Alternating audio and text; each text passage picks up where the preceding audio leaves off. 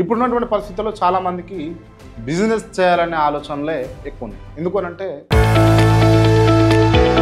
అసలు ఈ డీమార్ట్ ఎలా రన్ అవుతుంది, అసలు వాళ్ళు అంత చౌక ధరకు తక్కువ ధరకు మనకు వస్తువులు ఎట్లా ఇస్తారు, అసలు డీమార్ట్ ఒకవేళ మనమే పెట్టాలనుకుంటే పెట్టొచ్చా, ఒకవేళ డీమార్ట్ తరహాలో మినీ డీమార్ట్ మనకు స్టార్ట్ చేయాలనుకుంటే మహిళలు కూడా ఇందులో చాలా చొరవ చూపిస్తాం. సో వారికి ఉపయోగపడతాన్న ఉద్దేశంతో నేను ఈ వీడియో చేస్తా ఉన్నా. నమస్తే, నేను మీ క్రాంతి. ఇప్పుడున్నటువంటి పరిస్థితుల్లో చాలామందికి బిజినెస్ చేయాలనే ఆలోచనలే ఎక్కువ ఉన్నాయి. ఎందుకనంటే ఎంతసేపు వర్క్ చేసినా కూడా ఒక వ్యవస్థలో కావచ్చు, ఒక వ్యక్తి కింద కావచ్చు, అది మనం వారికి పని చేసి పెడుతున్నట్టే. మనమే ఒక బిజినెస్ స్టార్ట్ చేస్తే ఖచ్చితంగా ఒక ఎంటర్‌ప్రెన్యూర్‌గా ఎదిగితే మనమే ఒక 10 మందికి జాబులు ఇచ్చే అవకాశం, ఉద్యోగాలు కల్పించే అవకాశం ఉంటుంది. సో ప్రతి ఒక్కరు కూడా ఇప్పుడున్నటువంటి పరిస్థితిలో అటువైపుగానే అడుగులు వేస్తూ ఉన్నారు. అండ్ మరీ ముఖ్యంగా మహిళలు కూడా ఇందులో చాలా చొరవ చూపిస్తూ ఉన్నారు. సో వారికి ఉపయోగపడతాన్న ఉద్దేశంతో నేను ఈ వీడియో చేస్తూ ఉన్నా.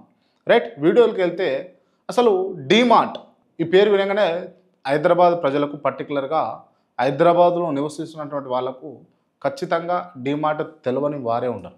అసలు ఈ డీమార్ట్ ఎలా రన్ అవుతుంది, అసలు వాళ్ళు అంత చౌక ధరకు తక్కువ ధరకు మనకు వస్తువులు ఎట్లా ఇస్తారు, అసలు డీమార్ట్ ఒకవేళ మనమే పెట్టాలనుకుంటే పెట్టొచ్చా, అసలు ఎంత ఖర్చు అవుతుంది, అసలు ఎట్లా స్టార్టప్ చేయాలి అన్న అంశాలను ఒకసారి చూద్దాం.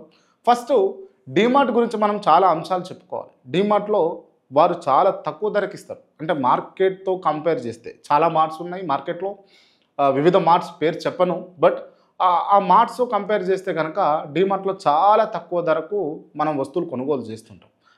మనం ఉదాహరణకు తీసుకుంటే కోకా కోలా కావచ్చు, లేకపోతే కోకా కోలా కంపెనీకి సంబంధించినటువంటి ప్రోడక్ట్స్ ఏవైనా కూల్ డ్రింక్స్ కావచ్చు, లేకపోతే మిల్క్ ప్రోడక్ట్స్ కావచ్చు, లేకపోతే బిస్కెట్స్ కావచ్చు, లేకపోతే వంట సామాన్ కావచ్చు, లేకపోతే ఇంట్లో మనము పిండి వంటలు చేసుకునేటటువంటి సామాన్ కావచ్చు, ఇదంతా కూడా చాలా తక్కువ ధరకు వస్తుంది.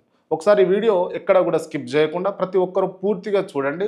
అండ్ దీంట్లో డీమార్ట్ ఎలా కొనుగోలు చేస్తుంది, దాని స్ట్రాటజీ ఏంటి, ఒకవేళ డీమార్ట్ తరహాలో ఎవరైనా బిజినెస్ పెట్టాలనుకుంటే వారికి ఉపయోగపడే వీడియో. ఇప్పుడు ఇంతసేపు చెప్పిన కదా, అసలు నిజంగా డీమార్ట్లో చాలా వస్తువులు కూడా మార్కెట్ ధర కంటే చాలా తక్కువ ధరకు వస్తాయి. అసలు ఎట్లా దొరుకుతాయి, ఇది ఎలా సాధ్యమవుతుంది, ఆ రహస్యాలు ఈ వీడియోలో మనం తెలుసుకునే ప్రయత్నం చేద్దాం. ముందుగా వీళ్ళ మెయిన్ స్ట్రాటజీ ఏంటి అని అంటే బల్క్లో కొనుగోలు చేస్తారు. అంటే ఏదో కొద్ది మొత్తంలో కాకుండా ఎక్కువ మొత్తంలో వీళ్ళు తీసుకునే ప్రయత్నం చేస్తారు.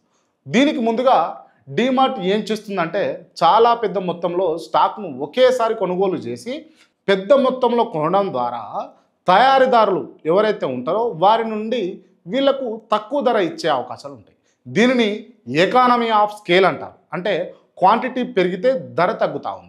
మనము మార్కెట్లో చిన్న తరహాలో రోడ్డు పైన ఏమైనా వస్తువులు తీసుకున్నప్పుడు అమ్మ కిలో మామిడి పండ్లు ఎట్లా అని అంటే 100 రూపాయలు బిడ్డ అని అంటే కనుక మనం క్లియర్గా 5 కిలోలు తీసుకుంటామమ్మా 50 రూపాయలకి ఇస్తావా అని అడుగుతుంది. సో అదే స్ట్రాటజీ ఇక్కడ అప్లై అవుతుంది. దీన్నే క్వాంటిటీ పెరిగితే ధర కూడా తగ్గుతుంది అని చెప్పేసి చెప్పుకోవచ్చు. ఇంకో విషయం ఏంటంటే క్రెడిట్ కాన్సిగ్మెంట్ స్టాక్. అంటే కొన్ని బ్రాండ్లు డీమార్ట్కు స్టాక్ను క్రెడిట్ మీద ఇస్తాయి, అప్పుగా ఇస్తాయి. అంటే వీళ్ళు అమ్మిన తర్వాత ఆ డబ్బు తీసుకుంటారు అన్నట్టు. దీనివల్ల డీమార్ట్ దగ్గర క్యాష్ ఫ్లో ఎక్కువగా పెరిగే అవకాశాలు ఉంటాయి. అండ్ ఇంకొకటి ఏంటంటే వీళ్ళు పెద్ద ఆడంబరాలకు పోరు, తక్కువ డెకరేషన్ చేసుకుంటారు. అంటే మనం బయట డీమార్ట్ షాపులో కనుక చూస్తే ఫ్యాషన్ లుక్ ఉండదు, చాలా సింపుల్గా ఉంటాయి. ఎందుకంటే మాల్స్ లాంటి పద్ధతిలో కనుక డెకరేషన్ చేస్తే ఖర్చు పెరుగుతుంది, దానికి మెయింటెనెన్స్ కూడా ఎక్కువ ఉంటుంది. కానీ వీళ్ళు ఫ్యాషన్ లుక్ పోరు కాబట్టి వీళ్ళకు మెయింటెనెన్స్ కూడా తక్కువ ఉంటుంది, ఖర్చు కూడా తక్కువ అయ్యే అవకాశాలు ఉంటాయి. అండ్ ఇంకొక విషయం ఏంటంటే ప్రైవేట్ లేబుల్ బ్రాండ్స్. డీమార్ట్ తాము కొన్ని బ్రాండ్లను ఉత్పత్తి తమకు తామే తయారు చేసుకొని అది వారి ఓన్ బ్రాండ్లతోటి అమ్ముతుంది. ఉదాహరణకి మీరు గమనిస్తే కనుక డీమార్ట్లో బిస్కెట్లు కావచ్చు, నూనె కావచ్చు, లేకపోతే వంటకు తగినటువంటి సామాగ్రి కావచ్చు, ఇవి చాలా తక్కువ ధరతో వస్తాయి. ఎందుకు అని అంటే ఇది వీళ్ళే మ్యానుఫ్యాక్చర్ చేసుకుంటారు, వీళ్ళదే కాబట్టి వీళ్ళు తక్కువ ధరకు ఇవ్వగలుగుతారు. దీనివల్ల కూడా వీళ్ళకు ఎక్కువ లాభం వచ్చే అవకాశాలు ఉంటాయి. అండ్ ఇంకొక విషయం ఏంటంటే తక్కువ మార్కెటింగ్ ఖర్చు. వీళ్ళకు పెద్దగా యాడ్స్ ఉండవు, టీవీ యాడ్స్ అస్సలు పోరు, బిల్ బోర్డ్స్ కూడా చేయించుకోరు.